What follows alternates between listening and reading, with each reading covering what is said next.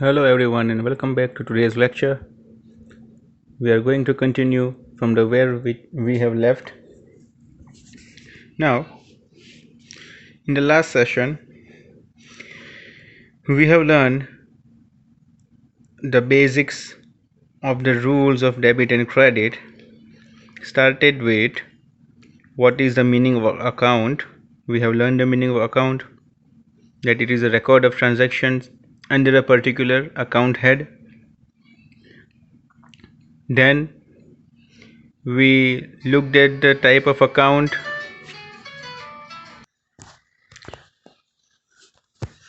Then we have looked into the type of account, how account is prepared. Like I said in the previous lecture, that account is divided into two parts, one of which is credit and another will be debit. It is generally in an alphabet T shape form, and we have looked at the diagram as well, that it contains 8 columns. 4 columns on the debit side, that is called the left side, and 4 column will be on the credit side, that will be on the right side. These are the prefix. CR for credit, DR for debit. Then after that, we have divided the accounts in two formats. So the first format was the traditional approach. So further that, it is divided into two parts. One is personal account, another is impersonal. So personal account contains natural person, the person who are born or created by God, name of the persons, of any name of the person that will be given, so it will be fall under the head of natural person's account. Then the artificial personal account, उसके अंदर हमने देखा था that it contains companies, firms, cooperative societies and all that governing bodies and non-governing bodies which are not created by God but they are man-made, कोई भी company हो. Third, हमने representative of persons देखा था. रिप्रेजेंटेटिव पर्सनल अकाउंट, कोई outstanding salary हो, outstanding rent हो, prepaid salary हो, प्रीपेड रेंट हो, कमीशन है, एक्रूड इंटरेस्ट है, एक्सेट्रा, ऑल दैट टाइप, जिसके अंदर भी आगे आउटस्टैंडिंग, प्रीपेड, एक्रूड, अगर ये सारी चीज़ें आ चुकी है, commission received in advance, commission paid in advance, so वो सारे के सारे रिप्रेजेंटेटिव पर्सनल अकाउंट में चले जाएंगे. इम्पर्सनल के अंदर फिर further we have classified impersonal account into two parts. Part number 1 was real account and part number 2, that was nominal account. Real are all the account. Real account contains all the assets except bank and debtors, क्योंकि bank तो artificial के अंदर आ जाएगा and debtors natural person में आ जाएगा. उसके बाद हमने देखा था नॉमिनल. सो नॉमिनल के अंदर all expense and revenues. Now, furthermore, we had seen the rules of account, the rules of debit and credit related to traditional account. तो traditional के अंदर personal में था debit the receiver and credit the giver. जो पैसा receive कर रहा है उसको अकाउंट हम डेबिट करेंगे, जो पैसा दे रहा है यानी क्रेडिट, तो उसको हम क्रेडिट करेंगे. Depending on the case, depending on the scenario, depending on the account type of accounts. So ये अकाउंट के टाइप पे ही होगा. Unless and until you can classify which account is what, this rule is not going to apply effectively. So first of all, you need to understand, you need to classify which account is related to which item, which which specific category, whether it's a personal, whether it's a real, whether it's a nominal, what it is. तो जब तक तुम classify ना कर पाओ कि account कौन सा है, तब तक ये रूल अप्लाई करने का तो कोई सवाल ही नहीं होगा. सेकंड, हमने रियल में देखा था कि debit what comes in, credit what goes out. Third, nominal में debit the expense and losses, credit the incomes and gains. Now today we are going to learn the second approach, that is called the modern approach. So before going to modern approach, I want you guys to take a look at the accounts over here and we will classify them. So classify the following accounts into personal, real and nominal. So these are some 10, 5, 17. These are some 18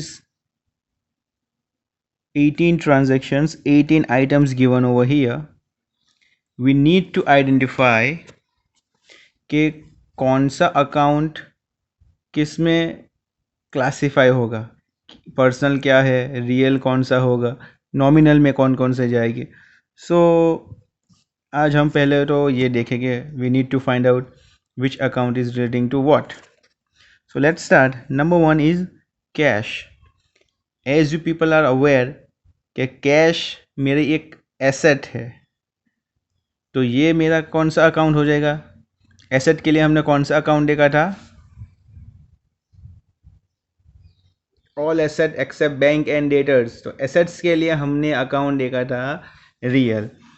तो first मेरा cash जो है वो real account हो जाएगा. I want all of you to pause for a second over here, have a screenshot of this page so that you can easily remember how to classify based on the question. Number 2, bank. देखा जाए तो bank भी मेरा asset ही है, but अभी rule ये कहता है कि all the asset except bank and debtors will be considered real account. तो एक्सेप्ट बैंक यानी बैंक को और डेटर्स को छोड़ के सारे रियल अकाउंट हो जाएंगे एसेट्स के अंदर. तो बैंक जो है वो किसी नाम से होगा, जैसे SBI है, HDFC है, ICICI है. सो इनका एक पर्टिकुलर नाम है. So this is the artificial name over here. इसका कोई एग्जिस्टेंस नहीं है कि भाई इन बैंक को कोई गॉड ने क्रिएट किया होगा. No, this is man made. तो ये जो भी बैंक है तो एक आर्टिफिशियल पर्सन है. तो आर्टिफिशियल पर्सन का हमें कहाँ पे क्लासीफाई करना पड़ेगा, पर्सनल अकाउंट में. समझ में आ रहा है. Third, outstanding salaries. देखो मैंने अभी जस्ट आपको बोला कि सिर्फ सैलरीज नहीं, अगर इसके आगे आउटस्टैंडिंग, प्रीपेड, एक्रूड, एडवांस, अगर ये कुछ भी आ जाए तो ये कहलाएगा रिप्रेजेंटेटिव पर्सनल अकाउंट. ये रिप्रेजेंटेटिव पर्सनल अकाउंट है, क्योंकि ये जो आउटस्टैंडिंग सैलरी है ये भले खर्चा ही है लेकिन अभी तक ये हुआ नहीं है. ये किसी पर्सन को रिप्रेजेंट कर रही है, किसी पर्सन के रिगार्डिंग की सैलरी है. खर्चा तो है ही, दैट इज़ नो डाउट, ये खर्चा होने ही वाला है, बट एज पर द रूल ये आउटस्टैंडिंग जो है वो रिप्रेजेंटेटिव पर्सनल अकाउंट में जाएगा. Number 4, sales. तो सेल्स ये मेरी एक इनकम है, सेल्स से मुझे इनकम जनरेट हुई होगी, तो sales will be my nominal account. Accrued interest, again interest के आगे कोई वर्ड आ चुका है एक्रूड, तो ये भी क्या कहलाएगा, representative personal account. Leasehold property. Leasehold property का मतलब ये हुआ कि कोई प्रॉपर्टी जो है हमने लीज पे लिया है. जैसे हम भाड़े पे कोई प्रॉपर्टी लेते हैं तो भाड़े में जनरली क्या होता है कि एवरी 11 मंथ वो एग्रीमेंट रिन्यू करवाना पड़ता है. लीज होल प्रॉपर्टी में क्या होता है कि कोई एक प्रॉपर्टी होती है, जैसे फॉर एग्जांपल हम बैंक का कंसिडर करते हैं, तो बैंक जनरली क्या करती है 15-20 साल या 25 साल या 30 साल पर ये पूरी की पूरी प्रॉपर्टी का एक कॉन्ट्रैक्ट कर लेती है, जिसको कहलाएगा लीज. बैंक ने ये प्रॉपर्टी लीज पे ले लिया है, अभी 30 साल तक एज पर द कॉन्ट्रैक्ट उसे कोई नहीं निकाल पाएगा. तो 30 साल के लिए वो जो जगह है वो बैंक की, वो खुद की प्रॉपर्टी कहलाएगी। तो उसको हम बोलेंगे लीज होल्ड प्रॉपर्टी। अभी वो जो प्रॉपर्टी है वो मेरा एसेट हो चुका है, क्योंकि जब तक मेरा बिजनेस चालू है तब तक ये प्रॉपर्टी मेरी खुद की ही कहलाएगी। Because life of the business is uncertain, हमने बंद करने के लिए थोड़ी स्टार्ट किया था बिजनेस। तो लीज होल्ड प्रॉपर्टी जब भी आए स्टूडेंट्स, याद रखना this is my asset, and asset का अकाउंट होगा रियल अकाउंट। देन यहाँ पे क्या है, ड्राइंग्स। तो ड्राइंग्स यानी ओनर ने ड्राइंग किया होगा, प्रोप्राइटर ने। तो प्रोप्राइटर तो गॉड ने बनाया है, हमें और आपको तो गॉड ने ही बनाया है। तो प्रोप्राइटर ने ड्राइंग किया यानी ये हो गया personal account, natural personal account, natural artificial representative. ये सारा का सारी चीज़ों को मेंशन करने की ज़रूरत नहीं है। Whenever we are going to classify into the account, we just need to know which account is relating to which type. Whether it's a personal तो हमको सिर्फ पर्सनल ही लिखना है, फिर वहाँ पे नेचुरल पर्सनल, आर्टिफिशियल पर्सनल इस तरह से नहीं लिखना है। डिस्काउंट रिसीव्ड, डिस्काउंट रिसीव यानी ये मेरी इनकम हुई है, कहीं से मुझे डिस्काउंट रिसीव हुआ है, तो ये मेरी इनकम यानी ये मेरा nominal account. Bad debt return of, bad debt को इन शॉर्ट अगर मैं समझाऊँ तो मैंने किसी को गुड्स सेल किया था 1000 रुपीज़ का, तो उधार पे दिया था, 1000 रुपये मुझे लेने बाकी थे। अभी लॉकडाउन आ चुका, उसका धंधा बंद हो चुका, तो वो बोल रहा है कि भाई मेरे पास पैसे नहीं है। तो वो जो डेटर्स मुझे पैसे मिलने वाले थे, जो मेरा इनकम था, अभी वो ना बोल रहा है। तो मैंने वो जो अमाउंट को उसने ना बोला कि भाई मेरे पास नहीं है पैसे, तो मैंने उसको क्या किया था, बैड डेट कर दे। बैड डेट यानी ये अभी ख़राब हो चुका है, यानी ये अभी मेरे को पैसे नहीं मिलने वाले हैं, बैड हो गया है। ये जो मेरा डेट था दैट इज़ कंसिडर्ड बैड। अब ये गुड नहीं रहा है, ये बैड है, बैड हो चुका है। गुड होता तो मुझे पैसे मिल गए होते, तभी वो डेटर्स कहलाते, लेकिन अभी ये बैड हो चुका है। तो मैंने ये मेरी बुक में बैड डेट बताया था, यानी एक तरह से मुझे लॉस कर दिया था, मुझे लॉस हुआ। अभी आगे जाके मैंने ये लॉस को मेरी बुक में से ख़त्म कर दिया, रिटर्न ऑफ कर दिया। तो ये जो है बैड डेट रिटर्न ऑफ, ये मेरा एक एक्सपेंस है, ये मेरा नुकसान है। तो इसको मैं कहाँ लिखूँगा, नॉमिनल अकाउंट में। परचेजेस, परचेज़ किया होगा तो मेरा कुछ खर्चा हुआ होगा, कुछ कैश गया होगा, या तो फिर बैंक से बैलेंस गया होगा, और कुछ गुड्स आया हुआ होगा। तो गुड्स आया है वो नहीं देखना है, परचेज़ के यानी ये खर्चा गिनना है। Purchase is an expense. Purchase, तुम अगर आज कोई चीज़, ये अगर मैं पेन की बात करूँ, अगर मैंने ये पेन को परचेज़ किया, so I am not considering that ये पेन कम्स इन तो ये मेरी एसेट हो गई, नो। इस पेन को ख़रीदने के लिए फर्स्ट ऑफ ऑल तो मैंने पैसे दिए होंगे, तो this is my expense, you have to remember this. So ये मेरा एक्सपेंस है, तो हम इसे नॉमिनल में लिखेंगे।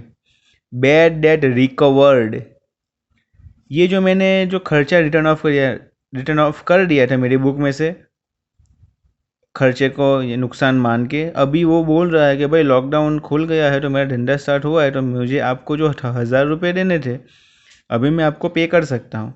तो वो बोल रहा है कि भाई मैं आपको 1000 पे कर रहा हूँ, मुझे पैसे मिल गए। तो वो पहले मेरा नुकसान था, लेकिन अब मुझे पैसे मिल गए, यानी वो मेरी इनकम हो गई। तो बैड डेट रिकवर्ड, तो ये मेरी इनकम यानी nominal account. Plant and machinery मेरा एसेट है, तो ये रियल अकाउंट। कैपिटल ओनर का होता है, प्रोप्राइटर का होता है, तो ये हो गया पर्सनल अकाउंट। इंटरेस्ट पेड, कोई खर्चा हुआ है, मैंने खर्चा पे किया है, तो nominal account. Bank overdraft, bank overdraft, overdraft ये करंट अकाउंट वालों को फैसिलिटी मिलता है ओवरड्राफ्ट। करंट अकाउंट में अगर किसी की अच्छी रेपुटेशन होती है, टाइम टू टाइम पेमेंट होता है, चेक बाउंस नहीं होता है, तो बैंक अपने पुराने और रिलायबल कस्टमर्स को क्या बोलती है कि भाई तुम्हारे पास अगर कभी भी ज़रूरत आए तो तुमको लोन लेने की ज़रूरत नहीं है, शॉर्ट टर्म के लिए बैंक आपको ओवरड्राफ्ट फैसिलिटी देगी। ओवरड्राफ्ट का मतलब समझो कि मेरे पास अगर आज 10,000 रुपये का ही बैलेंस है, मुझे किसी को 30,000 रुपये का चेक का पेमेंट करना है, तो बैंक बोलेगी कि सर आपके पास 10,000 ही बैलेंस है, लेकिन आपकी रेपुटेशन बैंक में बहुत ही अच्छी है, तो बैंक आपको क्या करती है, एक ओवरड्राफ्ट फैसिलिटी देती है, जिसके तहत आपको लोन लेने की ज़रूरत नहीं है। बेस्ड ऑन योर क्रेडिट हम आपको दूसरे 20,000 रुपये बैंक अपनी तरफ से देगी, आप उसको 1 महीने 2 महीने के अंदर पे कर देना, उसका सिर्फ नॉमिनल इंटरेस्ट आपको हम चार्ज करेंगे।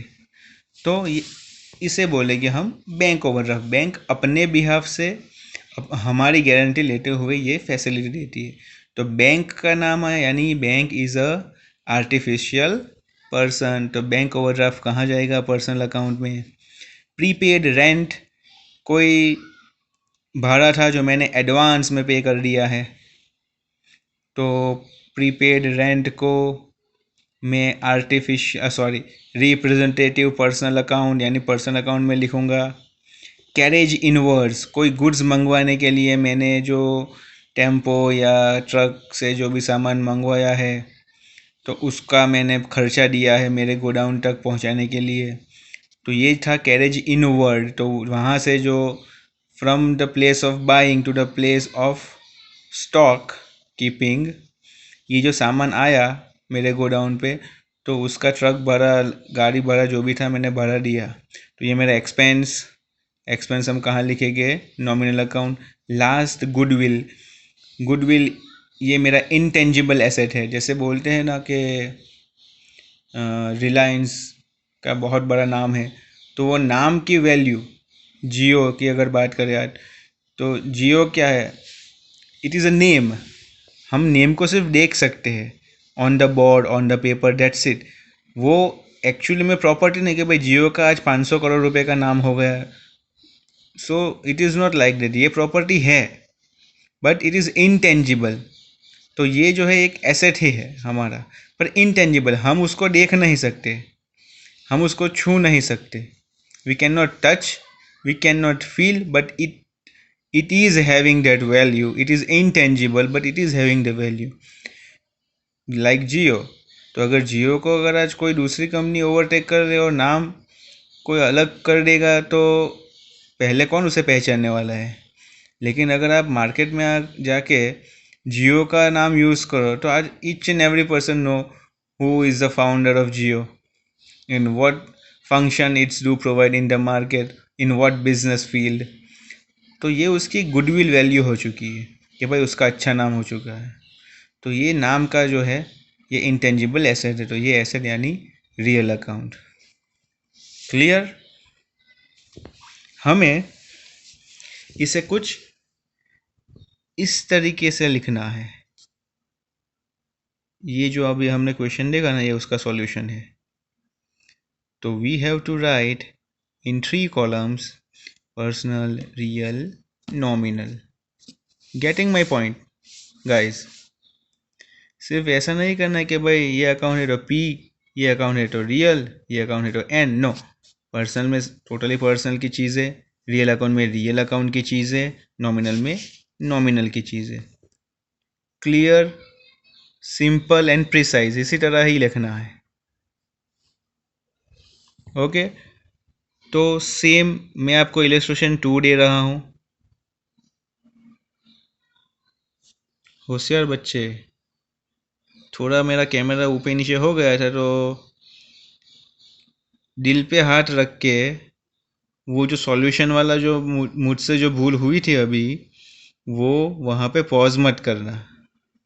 ये 9 ट्रांजैक्शन है। हाँ, अगर आप आज चीटिंग कर लोगे, I will not going to do anything about it, neither I will come to know कि तुमने चीटिंग किया है या नहीं। लेकिन that is for your own loss, कि अगर आप अगर आज चीटिंग कर रहे हो, तो इसका नुकसान आपको ही होने वाला है। मुझे तो कोई नुकसान होने नहीं वाला है। मैं तो आज भी आपको पढ़ा रहा हूँ, कल भी आपको पढ़ाऊँगा। मेरा काम ही है आपको इंस्ट्रक्ट करना, सही तरीका, सही राह पे चलाना। बट चलना तो at the end of the day आपको ही है। You have to work on your own path, you have to create your own path. So वो जो सॉल्यूशन जो अभी इसके नीचे था, this one, so please ignore that, देखना नहीं है, हमें क्वेश्चन के हिसाब से इस तरह के 3 अकाउंट बना के इसका क्लासिफाई कर देना है। गेटिंग?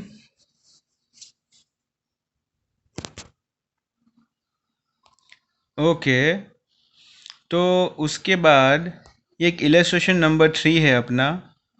जैसा मैंने अभी आपको बताया कि ट्रेडिशनल अप्रोच के रूल्स है, debit the receiver, credit the giver. Debit वो रियल का है, debit what comes in, credit what goes out. Nominal का है, debit the expense and losses, credit the income and gain. तो ये रूल कब अप्लाई होगा? सो फर्स्ट ऑफ ऑल तो हमें आइडेंटिफाई करना पड़ेगा कि कौन सा अकाउंट इन्वॉल्व हो रहा है पर्टिकुलर ट्रांजैक्शंस के अंदर। This is the first step, identifying the accounts involved. अगर हमें पता ही नहीं है कौन कौन से अकाउंट इन्वॉल्व हो रहे हैं तो हम किसको डेबिट किसको क्रेडिट क्या करेंगे? So no idea. So first step, you need to identify the account. Second step, you need to identify कि ये जो अकाउंट इन्वॉल्व हुए हैं उसको कौन सी कैटेगरी में हम ट्रांसफ़र करें, पर्सनल है, रियल है, नॉमिनल है। तो उसके बाद ये जो है सेकंड स्टेप फॉलो करना है कि भाई after identifying the account that is involved in that particular transactions, you need to bifurcate in personal, in real or nominal account. Then our third step, that is debit or credit, which account will be debited and which account will be credited. So ये 3 steps है, ये अपने को follow करना है, उसी के base पे हम आगे जाके एंट्रीज करेंगे। सो अगर मैं पहले ट्रांजैक्शन देखूँ, I want you people to pause this video for a moment, take the screenshot from over here and have the question with you. Now, transaction number 1, Mohan started business with cash. So we have learned accounting equation in our chapter number 5. All of you people, I think, have successfully completed those exercises, and the exercise which we had done in the online videos, right? So यहाँ पे भी we need to differentiate, we need to identify the transactions based on accounting equation. तो इसको मैं अगर accounting equation से देखूं तो Mohan started business with cash. So अगर हम यहाँ पे ये चेक करें तो what will be the effect?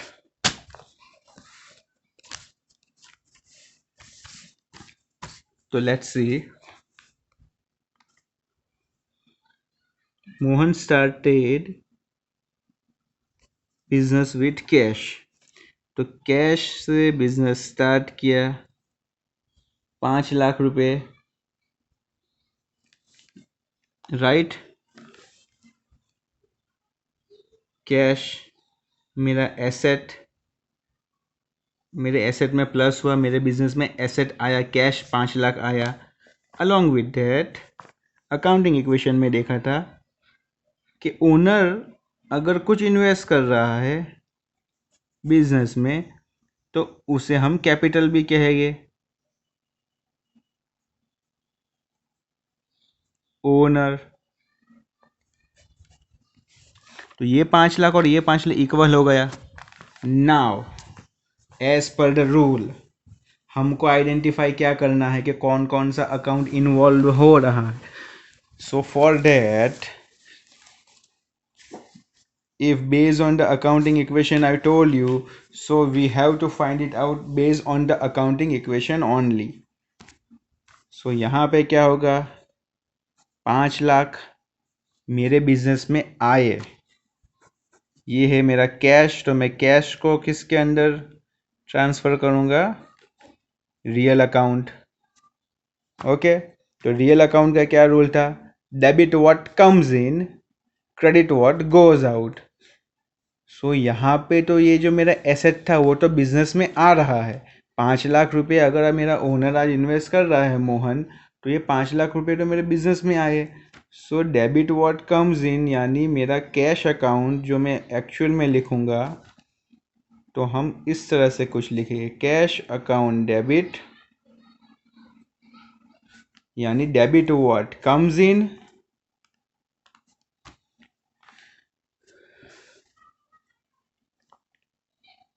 ध्यान रखना मैंने सिर्फ अभी इतना ही बोला है, debit what comes in, credit what goes out मैंने नहीं बोला।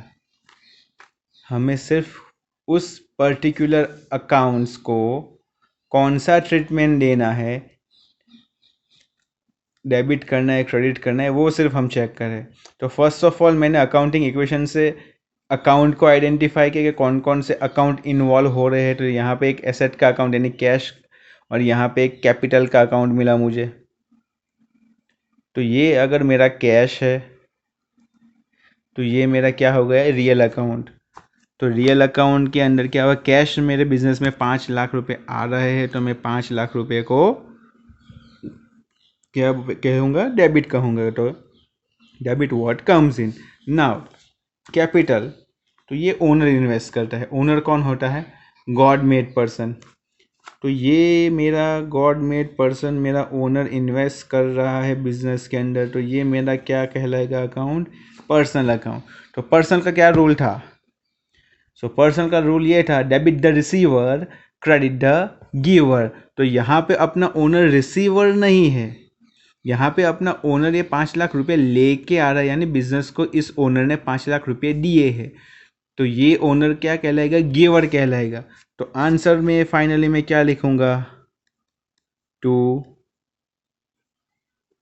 Capital account 5 lakh. Guys are you getting this?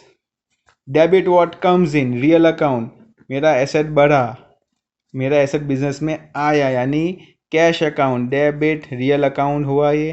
To capital account, ये मेरे ओनर का अकाउंट है, ओनर ने बिजनेस को पैसे दिए हैं। Owner and business are both different separate identity, accounting convention ये हमने सीखा था।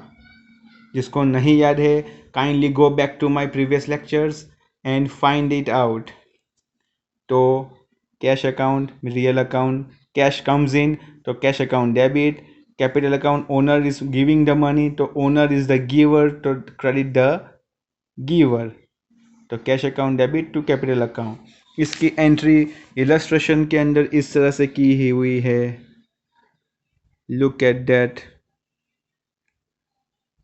Mohan started business 5 lakh in cash, account involve cash and capital, exactly इस तरह से हमने किया है। Nature of the account, cash एक रियल अकाउंट है, कैपिटल पर्सनल है, डेबिट क्रेडिट, रीजन है कम्स इन, और ये दूसरा रीजन है giver. Getting my point? Now for number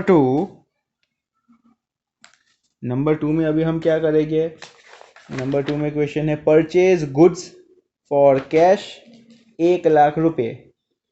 purchase goods for cash 1 lakh रुपए। जैसे मैंने आपको पहले बताया, परचेज गुड्स फॉर कैश, तो जब मैंने गुड्स परचेज किए होंगे, जब मैंने गुड्स परचेज किया होगा,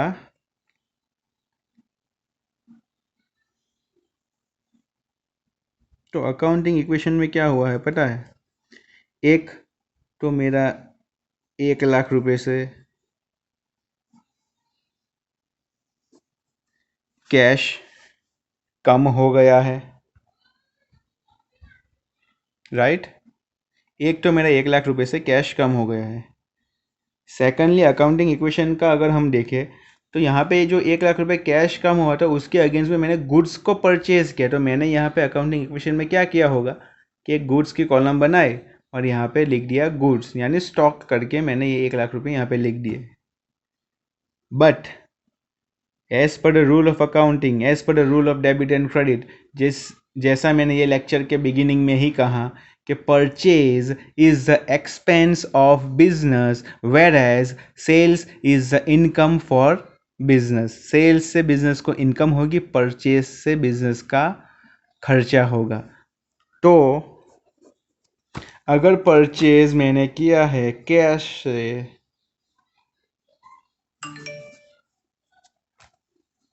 और मैं बोल रहा हूं कि मैंने इसको एक एक्सपेंस माना है एज पर द रूल, तो नॉमिनल अकाउंट यहाँ पे इन्वॉल्व हुआ, एक्सपेंस का नॉमिनल अकाउंट, कैश तो मेरा रियल अकाउंट है ही।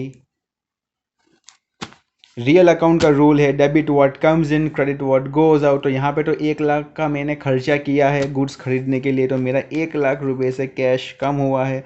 तो मैं नीचे लिख दूंगा टू कैश अकाउंट। टू इसलिए क्योंकि ये क्रेडिट हुआ है, अगर डेबिट हुआ होता तो मैं इस तरह से लिखता कैश अकाउंट डेबिट। जो अकाउंट क्रेडिट होगा उसके सामने लिखना है टू, पर सामने सी आर नहीं लिखना है। दिस इज इम्प्लाइड, यहाँ पे डी आर है तो यहाँ पे सी आर ही हो रहा है, इसलिए हम यहाँ पे नहीं लिख रहे हैं। नाउ टू कैश अकाउंट, लेकिन परचेज मेरे बिजनेस का खर्चा है। तो नॉमिनल अकाउंट का क्या रूल था? Debit the expenses and losses, credit the income and gain. Debit the expenses and losses, credit the income and gain. तो मैं यहाँ पे लिख दूंगा purchase account debit amount 1 lakh रुपए, 1 लाख रुपए। Getting my point? Check it over here. Purchase goods, तो purchase nominal है एग्जैक्टली 1 लाख, ये खर्चा कहलाएगा। कैश मेरा रियल है तो goes out. Very precisely we have done. Now sold goods for cash number 3, very simple. Sold goods for cash, तो first of all तो मैंने कैश पे गुड्स को सोल्ड किया, तो कैश मेरा रियल अकाउंट, सेल्स मेरा नॉमिनल अकाउंट।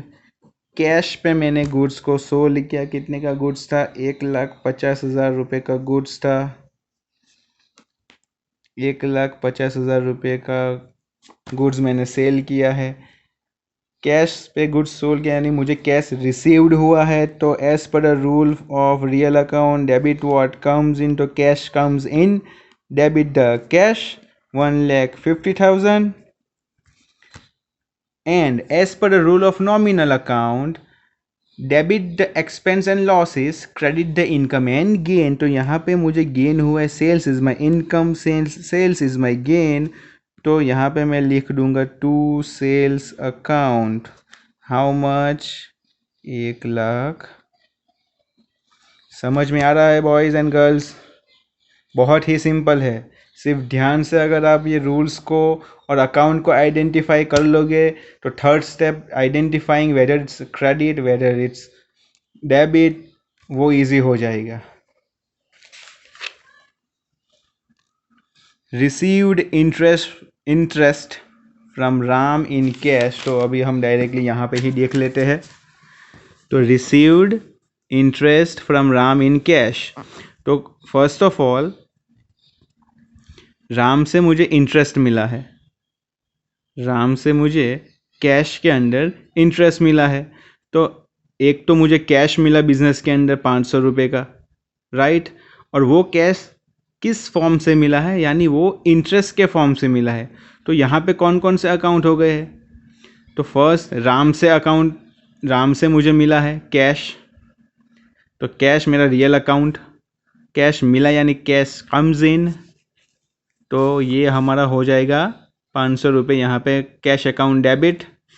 और रिसीव इंटरेस्ट फ्रॉम राम, यहाँ पे फ्रॉम राम यानी राम ने दिया है, तो इसका मतलब ये नहीं कि राम का अकाउंट हम यहाँ पे प्रिफर करेंगे। Ram is the giver, that is no doubt in it, लेकिन यहाँ पे किया है क्या? रिसीव्ड इंटरेस्ट, तो हमें तो इंटरेस्ट रिसीव्ड हुआ है, through Ram in the form of cash. तो कैश जो रिसीव्ड हुआ है, अगर पैसिव वॉइस में बात करें तो कैश रिसीव्ड हुआ है in the form of interest by Ram. तो राम ने यहाँ पे कैश के फॉर्म में हमें इंटरेस्ट दिया है। Interest is by income, so ये इनकम का अकाउंट नॉमिनल कहलाएगा। तो ये अकाउंट डेबिट, तो cash account debit to interest account. Then है number 5, sold goods to Ashok for 60,000। Ashok को गुड्स सोल्ड किया 60,000 का। यहाँ पे कैश है, क्रेडिट है, कुछ नहीं लिखा है। तो always remember whenever there is a name, there is a name, कि किसी का नाम अगर वहाँ पे आया है, sold goods to Ashok, sold goods to Ramesh, sold goods to Suresh, तो अगर किसी का भी यहाँ पे नाम आ जाए तो हमको ये आइडेंटिफाई कर लेना है कि ये आइटम जो है तो ये क्रेडिट की आइटम हो गई, यानी हमने ये जो सेल्स किया है ये उधार पे किया है। अगर परचेज गुड्स फ्रॉम अशोक होता तो यही मानना है कि ये भी हमारा उधार ट्रांजैक्शन है। तो यहाँ पे क्या हुआ है कि फर्स्ट ऑफ ऑल तो मैंने अशोक को गुड्स सोल्ड किया है। किसको गुड्स सोल्ड किया है? अशोक को। और कितने का गुड्स सोल्ड किया है? 60,000 का। तो फर्स्ट मैंने सेल्स किया है, तो सेल्स मेरी इनकम, तो इससे मेरी इनकम बढ़ जाएगी, तो इनकम मेरी नॉमिनल। और अशोक को मैंने गुड्स सोल्ड किया है, कैश नहीं है। अगर कैश होता तो मैं directly cash is equal to real account लिख देता, लेकिन यहाँ पे तो अशोक को सोल्ड किया है, अशोक के पास से पैसे लेना बाकी है। तो यहाँ पे मैं अशोक का नाम लिखूँ, राइट। यहाँ पे अशोक का नाम आ जाएगा एंड अशोक इज पर्सन। सो यहाँ पे रूल क्या अप्लाई होगा? अशोक इज द रिसीवर, तो debit the receiver and credit the income and gain. Debit the receiver and credit the income and gain. Number 5, purchase furniture for cash. Furniture मेरा asset है और cash भी मेरा asset है। Furniture business में आया तो परचेज फर्नीचर विथ कैश, तो फर्नीचर बिजनेस में आया और कैश बिजनेस से बाहर गया। ये दोनों रियल अकाउंट के ही ट्रांजैक्शन है। तो यहाँ पे फर्नीचर आया यानी डेबिट व्हाट कम्स इन, तो फर्नीचर अकाउंट डेबिट, और cash credit what goes out, तो कैश बिजनेस से गया यानी ये हो जाएगा अपना क्रेडिट। Last, paid wages. किसी को वेजेस यानी किसी को मजदूरी दी है 20,000 रुपये की। पेड वेजेस यानी पे कर दिया, यानी कैश से ही पे किया होगा। तो पेड वेजेस, तो वेजेस मेरा खर्चा और मैंने कैश से पे किया है, तो वेजेस इज नॉमिनल अकाउंट, और कैश से पे किया यानी ये मेरा रियल अकाउंट। तो वेजेस मेरा खर्च है, तो नॉमिनल अकाउंट का रूल डेबिट द एक्सपेंस, और कैश से पे किया यानी मेरा कैश गया, तो ये हो जाएगा cash goes out. Clear boys and girls? मैं आपके रेफरेंस के लिए फिर से ये पूरा क्वेश्चन का जो आंसर है वो यहाँ पे दिखा रहा हूँ। आई होप कि तुम इसको ध्यान से पढ़ो एक बार, उसके बाद ही हम मॉडर्न अप्रोच पे जाएंगे। क्योंकि अगर ये ट्रेडिशनल अप्रोच अगर आपका पहला पक्का नहीं होगा ना, तो क्लियर अप्रोच में थोड़ा लोचा पड़ सकता है। सो इस पे थोड़ा ध्यान दे दो, थोड़ा सही तरीके से उसे देख लो, चाहे तो बार बार रिवाइंड कर लो, there is no any problem with that, but I want you people to improvise, to implement and to learn it, so that our further chapters will be like a bread and butter. So all the best students. Modern approach हमारा बाकी है, तो हम वहाँ से ही next time अभी continue करेंगे। Till then have a good day, take care and stay safe.